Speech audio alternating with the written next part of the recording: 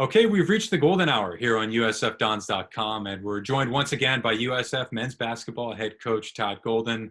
Coach, appreciate you jumping on with us today. Thank you for your time. Yeah, anytime, Vinny. I enjoy it, man. We had a tremendous response from our first conversation. That was around analytics. If you missed that episode, by the way, you can find it right here on the USF Athletics YouTube channel and USFDons.com. Now, this week, we want to go into another topic that you don't always hear a lot about, and that is building a coaching staff. So, Coach, I'm excited to talk to you about this because you have a really, I think, unique perspective in this arena. So, starting with the basics, for those who don't know, how many coaches make up a staff? Yeah, I'm really glad that we're talking about this as well. Especially the way how strongly we finished the season. There was a lot of positive recognition that our team and that I received personally. But the reality is, without our staff that we had in place, none of that would have been possible. So to be able to highlight these guys and to talk about their strengths and kind of what they're able to bring to the hilltop would be really neat. And I'm excited to kind of get into that part of the conversation. But for a general Division I basketball staff, you have three what they call countable coaches. For us, that would be Kevin Hovde, Mamadou Njai, and Vinnie McGee. And those three guys are mainly responsible for recruiting and on-the-court coaching. Then you have a director of basketball operations. I think that title kind of speaks for itself. They're, responsible for doing a lot of the operational side of the program. We're fortunate enough to have a video coordinator, which most Division I programs have. And, we also, for our staff, we have Jason Greenfield, who's our director of analytics. And that's a field that a lot of programs are starting to enter. I think we're really advanced there, as we talked about last week. And we also have Garrett Furubayashi, who's a great graduate manager by title, but really does a lot of the operational stuff with Jonathan Sapphire. So, having all those guys in place, I guess that'd be 7 or 8 guys, that are working, a lot of hours a week to make sure that we have the best basketball program and are able to support our student athletes, the best we possibly can. How do the responsibilities differ from, you mentioned you have the three quote unquote accountable coaches, the operations, analytics, video. What does that look like? Yeah. For me personally, I kind of like to compartmentalize, the responsibilities with the guys on the staff. Like Kevin Hovde, for example, is responsible for running our offense. He had that responsibility when Kyle was here. He's done a phenomenal job. We've incrementally got better offensively every year since we've been here. And, his main responsibility is just running our offense, being our offensive coordinator. And then, he oversees the academic relationship between us and Hashima Carruthers, who's our academic advisor. So he oversees a lot of that. Whereas like Mamadou Njai, he's obviously responsible for overseeing the post players in the front court players. His experience being an NBA guy, just has a great basketball mind, and he's able to kind of teach those guys different things. You saw it with Jimbo. He made a big jump his senior year, and a lot of that was being in the lab with Mamadou every day, learning the little, intricacies of the game from him. So he's responsible for player development of our front court players and also has a big responsibility with international recruiting. That's an area that he's really, really good. He has a lot of relationships over there, whether it be, in his home country of Senegal, and then throughout Europe. So every guy, and we'll go down, the list a little bit later with each guy's responsibility, but, every guy has, very targeted responsibilities that, as we work together, it kind of brings everything together.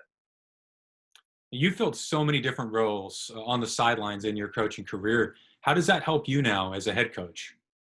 Yeah, it's been great. And I think a lot of people might not know, like I've been a director of basketball operations at 2 different programs, and a lot of times, people, once they get into the head coaching position, they don't have a great understanding of that operational side of the program because they kind of skipped that step. Maybe they went straight to an assistant coach or, they went from their playing career straight to the head, NBA player to NBA or college head coach. But because of that experience, I feel like I have a pretty good understanding of all the different variables in regards to the program. Being an operations guy my first year at Columbia and then again at Auburn my first year, I got to operate a program with a super small budget at Columbia, and then I went to a school that had an SEC budget at Auburn. So you got to see kind of the different ways that those things worked. And then, obviously being an assistant coach before getting this opportunity, coordinating the defense both at Columbia and Auburn, with Bruce, and then coming here with back to Kyle and doing the same thing. I just feel like those opportunities to work at those different places and experience those different things have kind of given me a better foundation for being a head coach. And you mentioned you have a wealth of experience under a couple of different head coaches and in different situations. It makes me curious, are there different philosophies to building a coaching staff? Absolutely. And I think, whether it's building the coaching staff or building the program, dependent upon the personality of the head coach, you'll see things, a lot differently. Where, Bruce really, he was recruiting centric and wanted, to hire guys that would help bring 4- and 5-star players to the Plains. And Bruce would be on the road a lot recruiting himself, whereas Kyle was more focused on the guys within the program, developing them on a day-to-day basis and allowing other coaches to go out and do the recruiting. But yeah, I think depending upon your personality and for me, I try to bring in guys that are different than I am, to be honest. I don't want a lot of guys that have the same viewpoint and that are going to be agreeing with everything that I want to do. I want guys that are able to kind of bring in different ideas and have different viewpoints. And that way we're able to kind of hit different things and bring different ideas from both sides of the spectrum together to give us a more complete program that way. And that's an area where I think like Mamadou Ndiaye is phenomenal. He had first Senegalese-born player ever drafted in the NBA, first-round pick, played 7 years in the NBA, played another 7 years in top-level European competition. He has an incredible amount of experience and knowledge. And, he helps me coordinate our defense. And he'll bring in ideas with his NBA experience where he's like, hey, on this guy, we should do this and this and this. And I'm like, hey, we got to slow down a little bit.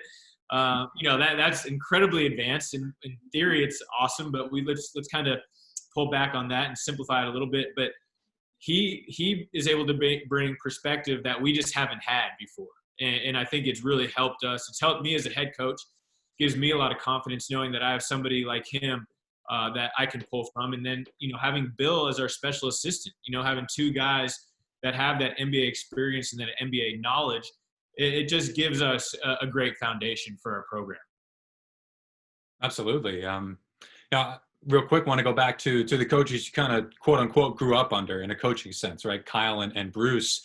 Sure. What from their styles of building a coaching staff have you pulled into your own?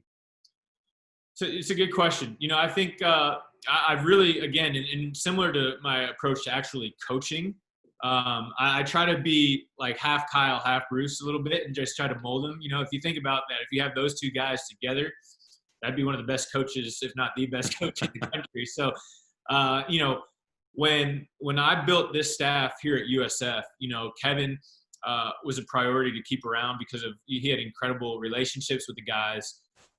Kevin and I have known each other for over a decade. We're kind of like an opposites attract sort of thing. I try to keep things a little lighter. I would say I'm not as serious all the time, whereas Kevin's very focused. And if anybody's spent a lot of time with him, they know it takes a lot to get a smile on Kevin's face. He's pretty, he's focused. He's not going to mess around a whole lot. But we balance each other really, really well. He's on the offensive side of the ball. I'm on the defensive side of the ball. We have a great understanding of how each other operates. And, for us to be able to keep him around was huge. And it just was really – it made us able to not skip a beat during the transition, And then once I was able to keep Kevin, I was like, hey, I want to go out and get a guy that I feel like will really help us locally in regards to recruiting, in regards to the perception of the program.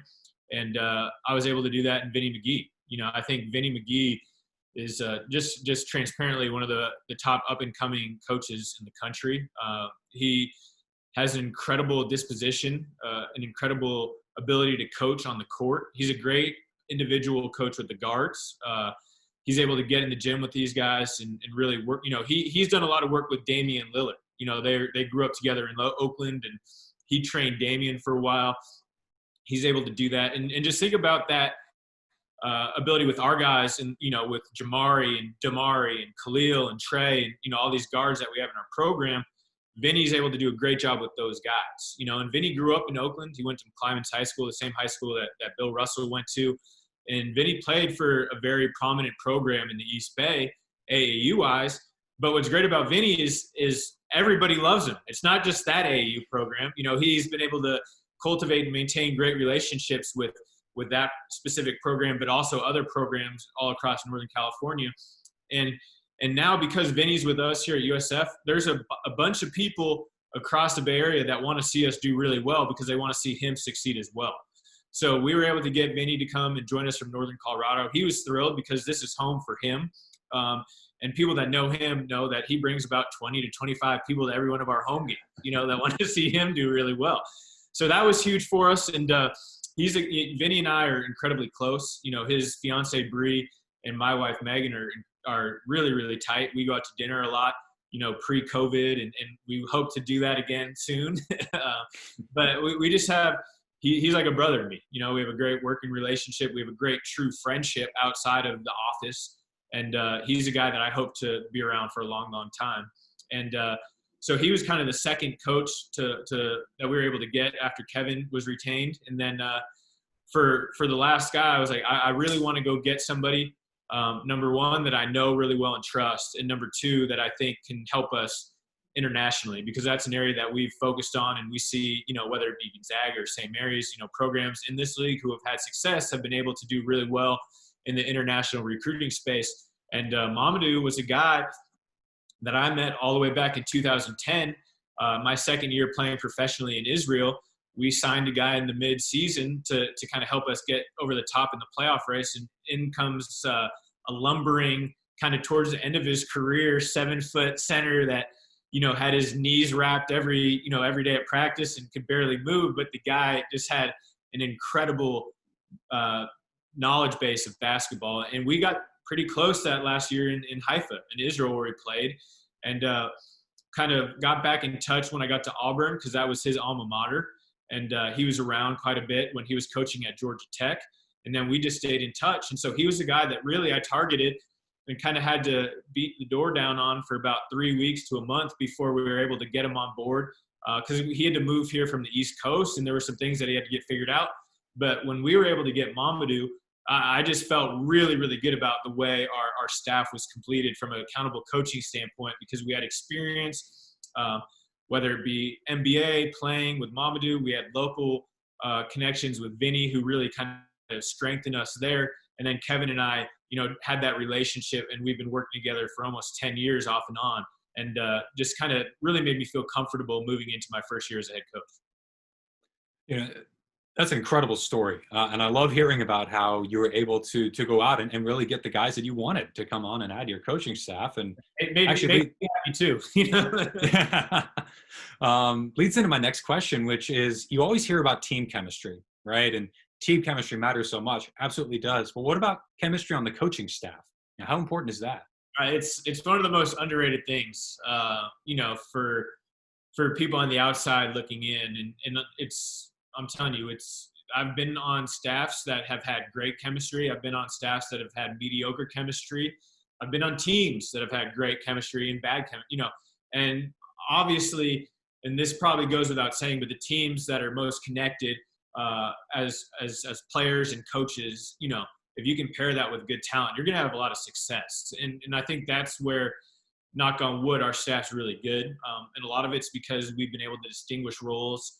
Guys are comfortable in their roles. Guys enjoy seeing other guys have success, and we feed off of each other, and we get along really well. We'll be on the road, for a game, and we'll sit together for an hour or two after, we break up a team meeting, just, shooting the crap and having fun, talking about, past experiences, or, just goofing around. And we enjoy being around each other. And I think that's really important. And, to your point, where does that kind of fit in? Where does that matter? Well, a big part is when the players know that the coaching staff is aligned, it makes them feel a lot better as well. So when they see us joking around and they see us having fun, being together socially, through osmosis, I kind of think that makes your team stronger. And our guys really appreciate that. I know they really enjoy our staff. They enjoy being around them top to bottom. I think, Jason Greenfield is a guy who's been able to cultivate a lot of good relationships with guys on our team.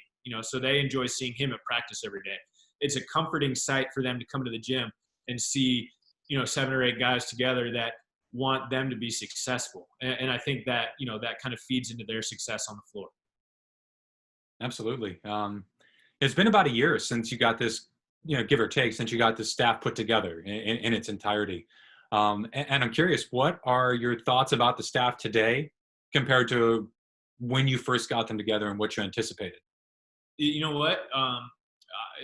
I've been fortunate because it's gone a lot of how I expected it to go.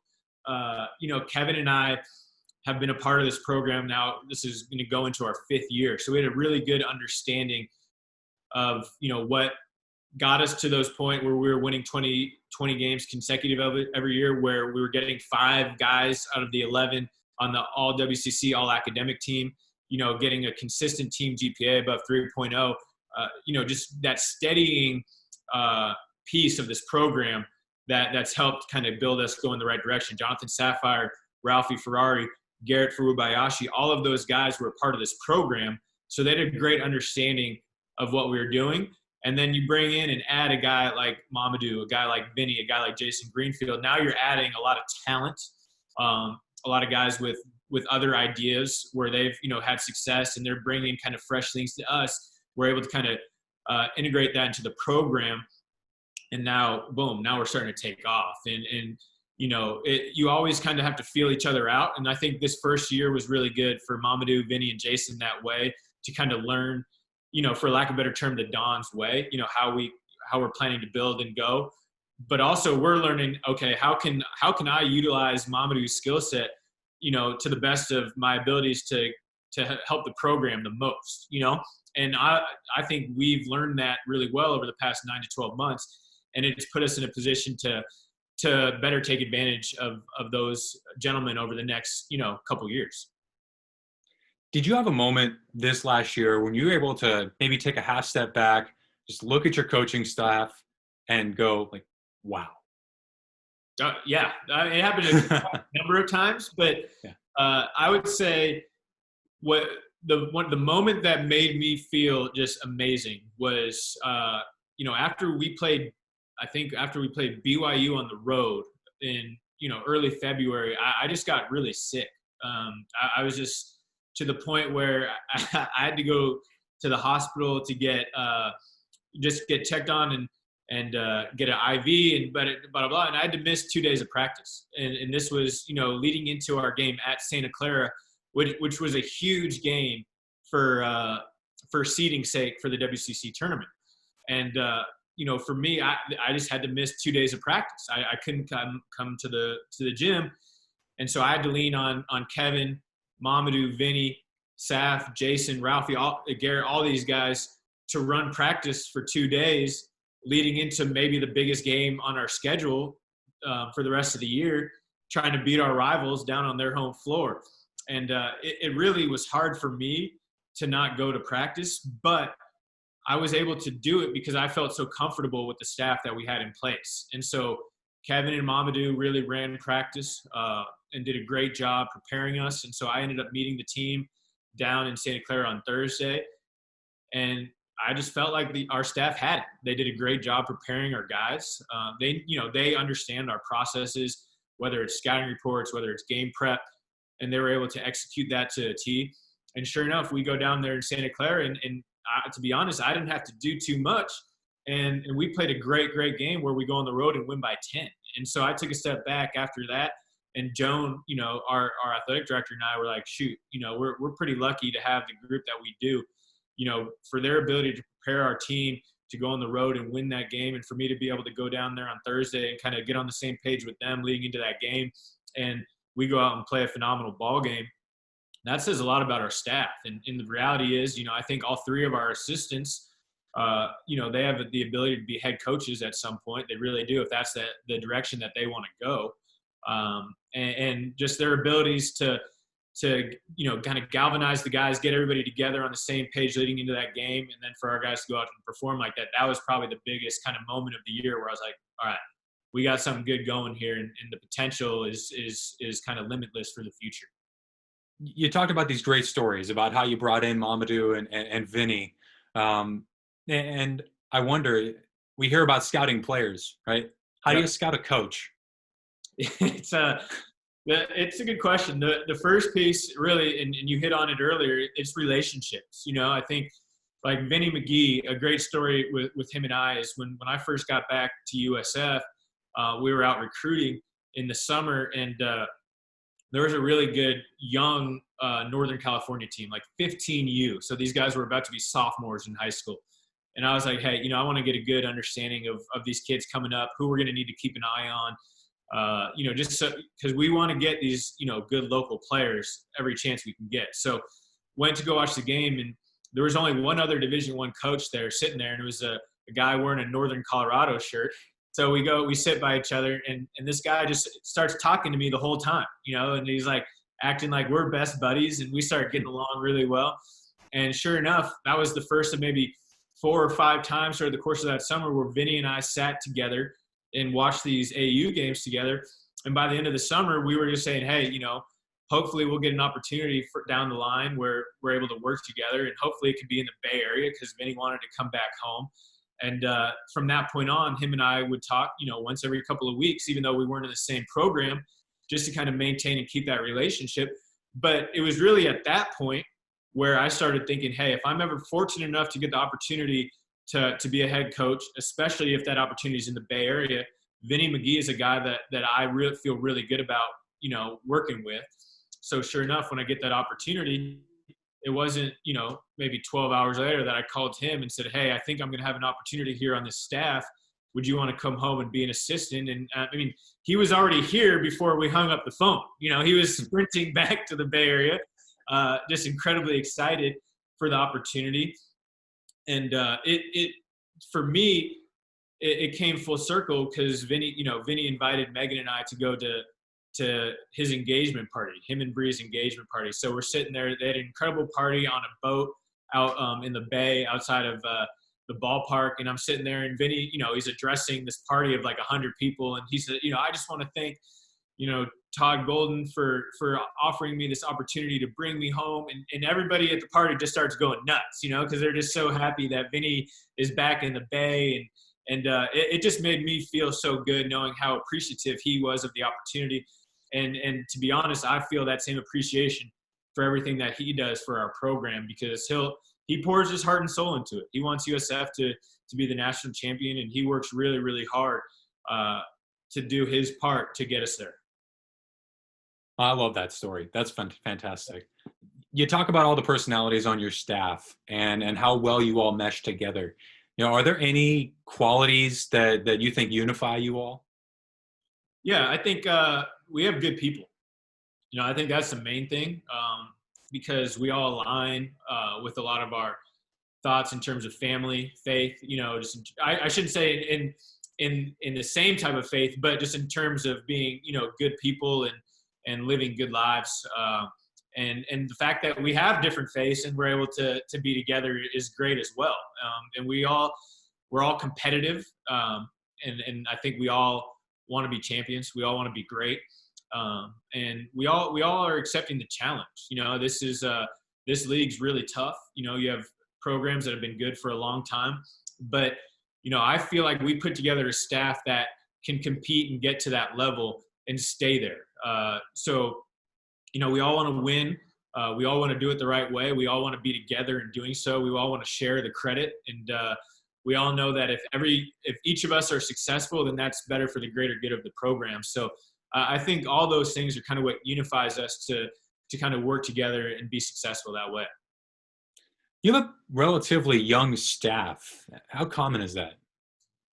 I think there's a lot of young staffs. I think there's a lot of older staffs. What I tried to do was balance. I wanted to balance it.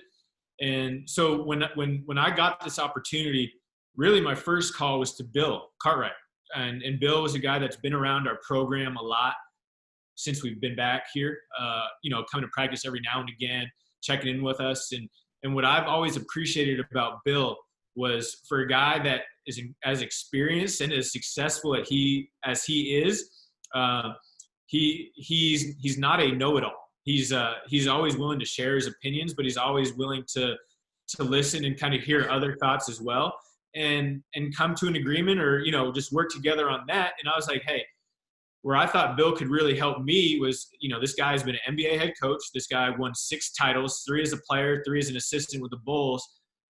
This guy went to USF. This guy had USF #1 in the country.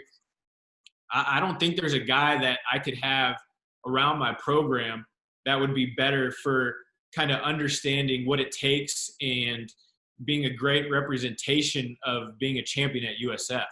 And so I called Bill and I said, hey, I got a pretty, and Bill's, he doesn't want to be on the road recruiting at this point. He doesn't want to be, banging with these guys in the paint every day at practice like Mamadou has to do. And I thought, if I could get Bill to be my special assistant and kind of continue to mentor me, mentor our staff, spend time talking with our guys, off and on in practice when they get off the floor, he could be a huge asset for us. And he can kind of give us that piece of experience that would really help us. And so I called Bill, and Bill said, hey, Todd, I'm really open to this under one condition. And I said, sure, what's that? And he goes, I'll do this, but the only way I'm going to do this is if you're okay with me just being honest with you at every opportunity, and you might not like what I have to hear all the time. And I said, hey, I wouldn't ask you to do this if it weren't for that. That's kind of that's the element that I want you to add to our program. And so right off the bat, he jumped in and we try to catch up during the season. We're talking every day, whether it be in the office or, in the gym after practice is over, just talking about different things. And it's not always about our program. Sometimes it's talking about the NBA or talking about old stories from the Bulls. It's really neat. And, it's just that element that we would not have had otherwise. And it's really valuable. But, having him, and then adding Jason Greenfield, another veteran, so to speak. Jason was the head of a trading desk, in the finance world, did incredibly well to the point where he just hasn't had to work for the last couple of years. And he just entered the graduate program at USF. And so we were able to have him on the floor at practice because he was really a graduate manager. Now we gave him the title of director of analytics because obviously in the office he helps us in that area as well. But these are guys that are just experienced. They're just older than I am. They have a different perspective. They're not yes men. They're not, agreeing with everything I say just because they want to, align with the head coach. Jason Greenfield, I told him this yesterday when we were talking, his biggest value to me is that he just has a different perspective, and he's never afraid to be honest with me about that. And if he disagrees with me about it, he'll tell me. And so having those two guys, and then Mamadou, who's, 45 years old and has lived a very, an awesome life, through all parts of the world, all different levels of basketball. So we have a lot of experience that way, but then we also have a younger element with Kevin and Vinnie, who are 2 younger assistant coaches, have great rapport with the players, that great connection to where our guys know they can go to them if they have things going on and feel like they can have a connected conversation with somebody that understands the world that they're living in. And that's another area where Ralphie Ferrari, Garrett Furubayashi, Jonathan Safire, even Kevin Olson, who's our manager, those guys do a great job in that area. So I feel like, we do have a younger staff in some ways, but in some other ways we have a very experienced staff. And again, that's where I was trying to kind of put everything together and try to create a well-rounded staff that way. Absolutely. And congratulations, you did it. It was a fantastic year to watch. Okay, let's move on to our fan questions. We opened up to our fan base, and we had some good submissions this week. Our first question from the field comes from season ticket holder Paul Bartkey. He first had a statement he wanted to share with you, and that was he wants you to know that you and your coaches carry a sense of preparedness and confidence onto the court. And his question is, what were your discussions like with each coach at the end of the season, and can you provide a strength for each coach? Sure. Well, first of all, I appreciate that a lot because it's something that's really important to us. I think we try to be incredibly prepared for every game, and we're not going to always be perfect, but we are going to work really hard to try to put our guys in the best position possible to be successful. And one quick thing on that, one guy that had a huge growth this year as a coach was Ralphie Ferrari. He's our video coordinator.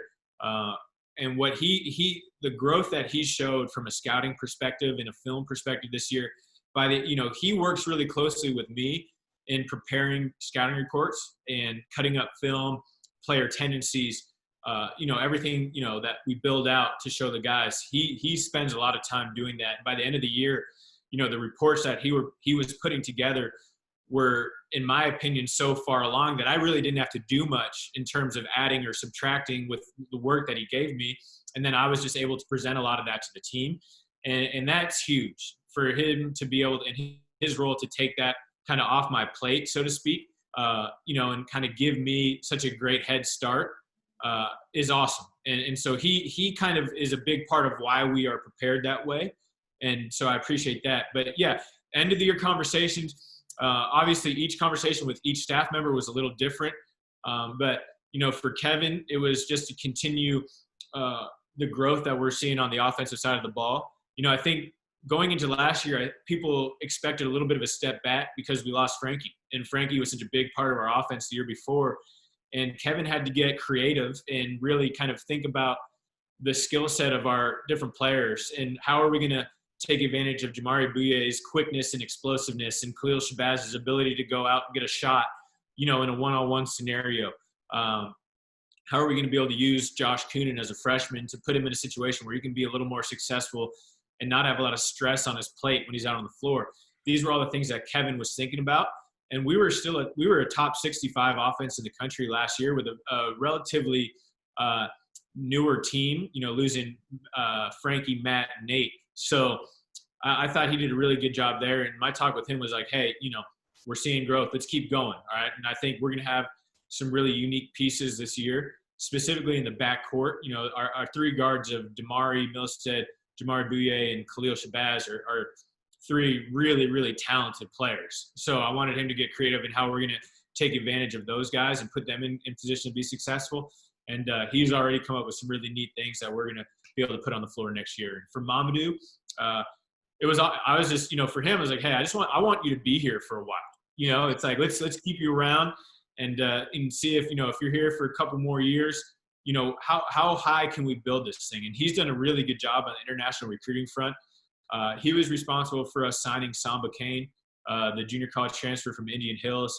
And Samba was, he signed with Illinois out of high school. He's a 7 foot, 220-pound kid that can run the floor with the best of them. He reminds me of like an NBA version of Clint Capella, just a great rim protector, rim runner.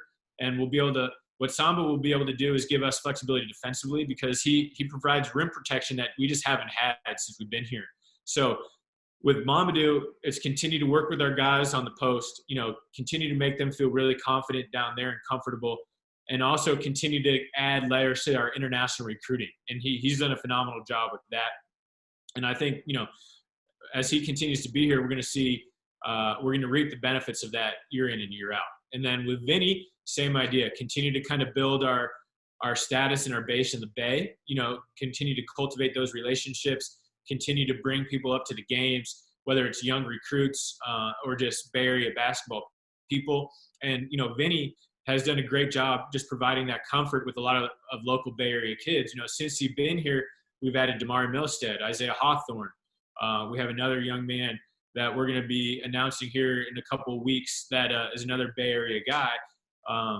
That, again, Jamari Bouye, Rotino, Frankie Ferrari. We've had a lot of good success with Bay Area guys, and we want to continue to add them to the program. So with those guys specifically, those were kind of the conversations we had in the spring before COVID hit. And as we get going here at some point in the summer, we'll continue to build off those.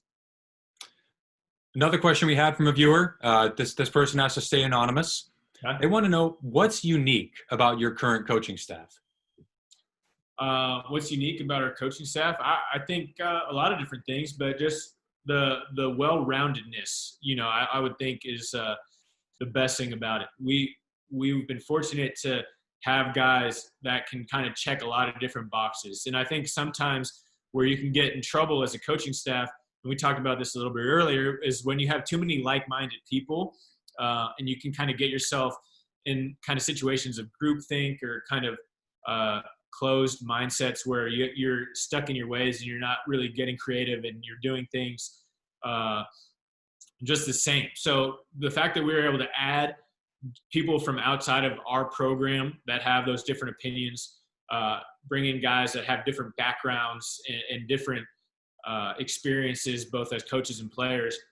We're able to touch a lot of different points that way, and we're just unique that way. We're different is the best way to put it. We have a lot of guys that are different, and I think that helps us be more well-rounded. One last question for you, Coach. Not 100% on topic, and this is not from the viewers. This is from me.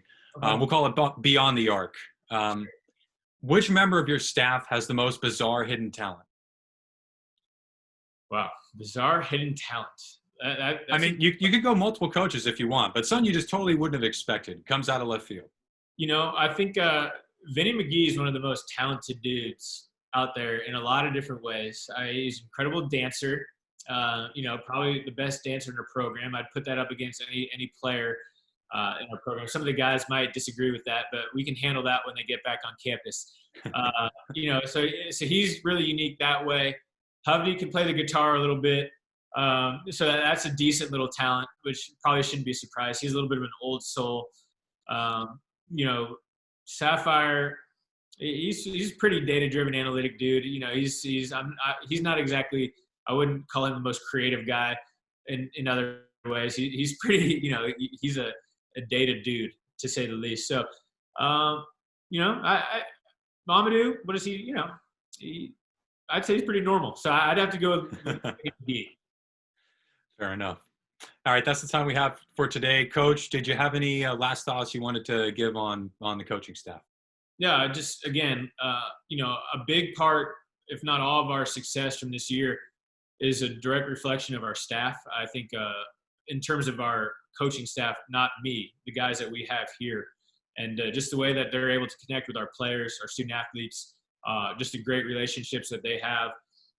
It's just a really good time for our program. And, fortunately, we've been able to keep our staff together going into next year. And that continuity is great for us and great for our team. That it's really good for players year in and year out to be able to go onto the practice floor and see the same guy, or go into the office and be able to watch film and break it down with the same guy. And, for me, I'm just incredibly grateful for the staff that we've been able to put together, because it gives me a lot of confidence as a coach, as the head coach, to go forward and continue to build this program. So I appreciate these guys, love having them here. And I think with this staff, we're going to be able to do some pretty special things here on the Hilltop. Well, definitely looking forward to that, and right there with you. All right, this has been the Golden Hour with USF men's basketball head coach Todd Golden. For Coach Golden, I'm Vinnie Longo. Thank you so much for joining us today. Stay safe and stay well.